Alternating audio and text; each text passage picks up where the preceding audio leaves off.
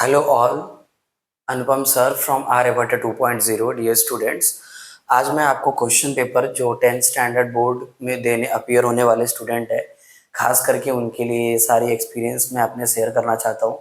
जिससे last year हमारे दो बच्चों ने 94 स्कोर किया है, 94%। तो वही चीज़ें मैं आपसे एक्सपीरियंस शेयर करना चाहूँगा जो आपके लिए काम की हो। सबसे पहले देखो, ध्यान दो, आप क्वेश्चन पेपर जब भी अटेम्प्ट करोगे तो सबसे पहला चीज़ ये आता है। पेपर जाने से पहले मैं कुछ चीज़ें आपको बता दूं।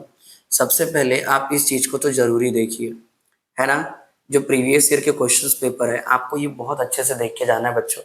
इससे क्या होगा आपको पता है, जो चीज़ें बार बार रिपीट हो रही हैं वो चीज़ों के बारे में आपको पता चलेगा। कौन सा कॉन्सेप्ट पे ज़्यादा टाइम देना है ये समझ में आएगा, क्या छोड़ना है और क्या पढ़ना है, मस्ट रीड क्या रीड करना है वो आपको समझ में आएगा। ठीक है, तो प्रीवियस ईयर के पेपर से आपको ये समझ में आ जाएगा। और टाइप्स ऑफ क्वेश्चंस, कैसे टाइप्स के क्वेश्चंस पूछे जा रहे हैं आपको ये पता चलेगा। कौन सा क्वेश्चन रिपीट हो रहा है, कौन से कॉन्सेप्ट को वो ज़्यादा पूछना चाह रहे हैं या ज़्यादा क्वेश्चन उसी क्वेश्चन कॉन्सेप्ट से बन रहा है, मतलब उस चैप्टर में क्या चीज़ों पे आपको ध्यान नहीं देना है कम समय अगर है तो। साथ ही साथ क्या मस्ट मतलब रीड करना आपको कितना ज़रूरी है ये आपको समझ में आएगा कि वहाँ क्वेश्चन आंसर्स याद करना है, ये रीड करना ज़रूरी है। किस टाइप के क्वेश्चंस पूछ रहे हैं, ऑब्जेक्टिव पूछ रहे हैं, ब्रीफ पूछ रहे हैं, गिव रीजंस पूछ रहे हैं उस टॉपिक से, आपको ये समझ में आएगा ये प्रीवियस ईयर क्वेश्चन पेपर को देख करके।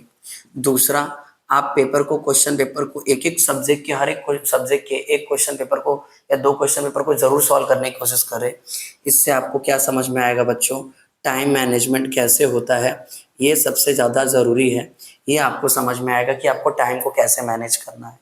तीसरी बात ये बच्चों, जब से सबसे ज़्यादा इम्पॉर्टेंट है कि जब भी आपको पेपर मिले तो आप क्वेश्चन पेपर को पहले रीड कीजिए।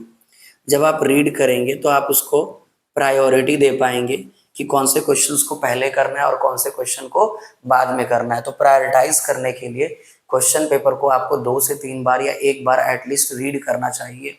जैसे ही क्वेश्चन पेपर आपको मिले आप तुरंत लिखना नहीं स्टार्ट कर सकते हैं, क्योंकि आप रीड करेंगे तो आपको समझ में आएगा कि उस पेपर में आपको कौन से क्वेश्चंस बहुत अच्छे से आ रहे हैं। क्योंकि क्या होता है, जब आप क्वेश्चन पेपर पे जब आंसर शीट पे आप आंसर लिखते हो, पहला लिखते हो उसका दूसरा नहीं आ रहा, तीसरा नहीं आ रहा, या पहला जो आपने सिलेक्ट किया था वही आधा करके आधा भूल गए आप, तो इससे पूरा मैसअप हो जाता है, कट पिट हो जाता है, पेपर का प्रेजेंटेशन खराब हो जाता है। और board is all about presentation, you also know. So ये चीज को आप अच्छे से ध्यान में रखें कि बोर्ड में प्रेजेंटेशन कितना मायने रखता है। आपकी हैंड राइटिंग एकदम साफ सुथरी होनी चाहिए, इस बात को भी आप ध्यान देंगे। चौथी बात ये बच्चों ध्यान देना, महाराष्ट्र बोर्ड के पेपर को अगर आप देखोगे तो आपको ये समझ में आएगा कि वो ज़्यादातर लेंदी क्वेश्चंस नहीं, और साइंस में तो ऑब्जेक्टिव्स, मैथ्स में भी इवन हमारे पास ऑब्जेक्टिव्स और एक्टिविटी बेस्ड क्वेश्चन ज़्यादातर 20 मार्क्स के कवर हो जाते हैं हमारे पास। तो हमें क्या करना है, एक्टिविटी बेस्ड चाहे लेंदी क्वेश्चन हो चाहे सिंपल क्वेश्चन हो, हम सब पढ़े, ताकि क्वेश्चन अगर हार्ड वाले के एक्टिविटीज आ गए और हम छोड़ के गए तो हम उसे अटेम्प्ट नहीं कर पाएंगे। तो प्लीज़ जो भी एक्टिविटी बेस्ड क्वेश्चंस है जो बार बार रिपीट हो रहे हैं तो उसकी आप प्रैक्टिस करें। टाइम मैनेजमेंट के लिए बताया मैंने, रीड करने के लिए बताया, उसके बाद आपको रिपीट कॉन्सेप्ट इन सब के बारे में बताया। तो इससे आप टिक मार्क करके प्रायोरिटाइज कर देंगे, आप कोई भी क्वेश्चन पे जंप नहीं करेंगे।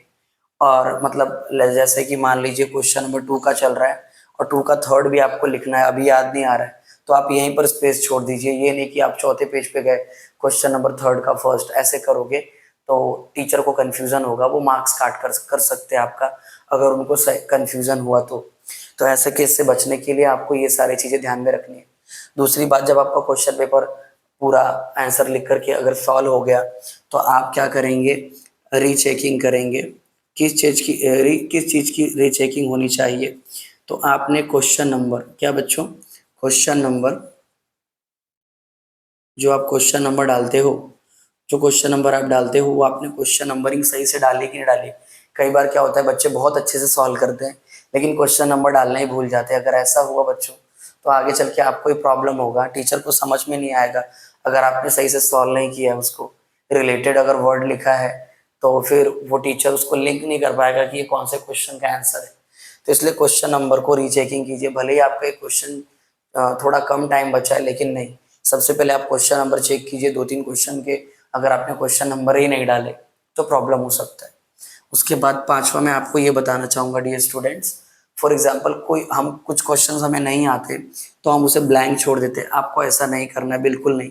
क्यों? क्योंकि बोर्ड में ना कुछ क्वेश्चंस अगर मान लो मिस्टेक आ गए गलती से और आपने उसको अटेम्प्ट कर दिया तो आपको बोनस मार्क्स भी मिलता है, इस बात को ध्यान रखें। और इन सबको सबसे ज़्यादा इम्पोर्टेंट जो हो जाता है बच्चों, वो हो जाता है पेपर पैटर्न। क्या हो जाता है? पेपर पैटर्न हो जाता है।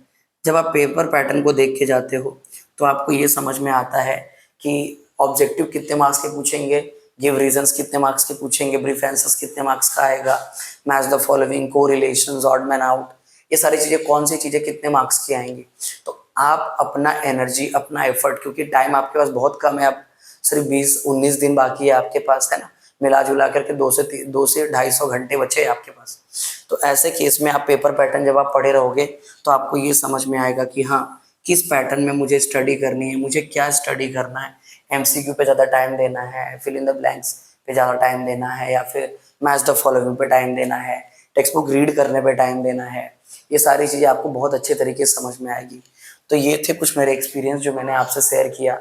आई होप आप ये सब को अपने इस 19 डेज के रूटीन में आप इसको मतलब इम्प्लीमेंट करोगे, और I wish you all the best. आप सभी बहुत अच्छा स्कोर करोगे। आप अपने ऊपर कॉन्फिडेंट रहे। कोई क्वेश्चन का आंसर अगर आपको नहीं आता है तो प्लीज़ उससे रिलेटेड कुछ ना कुछ लिखें। ये सारी चीज़ें आपको आगे लेके जाएंगी और होप आपका स्कोर अच्छा होगा। किसी चीज़ में आप वीक है तो आपके पास सिर्फ 19 दिन है, उसमें आप स्कोर कीजिए। नहीं आता है मुझसे पूछिए, मैं आपके लिए हमेशा अवेलेबल हूँ। और आगे बढ़िए, ये आपका मौका है, ये आपकी लाइफ है। इस टाइम में आप क्लासेस वगैरह जाना बिल्कुल बंद ना करें। टाइम टू टाइम अपने टीचर से मिले, गाइडेंस लेते रहे, समय से क्लास पर जाएं, टाइम बिल्कुल वेस्ट ना करें। घर पे अगर कोई फंक्शन है, पार्टी है, तो इसको अभी फ़िलहाल अवॉइड करें। 20 दिन की बात है, उसके बाद हमारा एग्ज़ाम स्टार्ट होगा। फिर मतलब मिला जुला करके 1 से 1.5 महीने हमें पूरा कॉन्सेंट्रेट होकर फुली एग्ज़ाम्स के ऊपर फोकस करना है, because it is very important for you dear students, and I want your best score. I hope you will give your best. I wish you all the best from Aryabhatta 2.0, Anupam sir.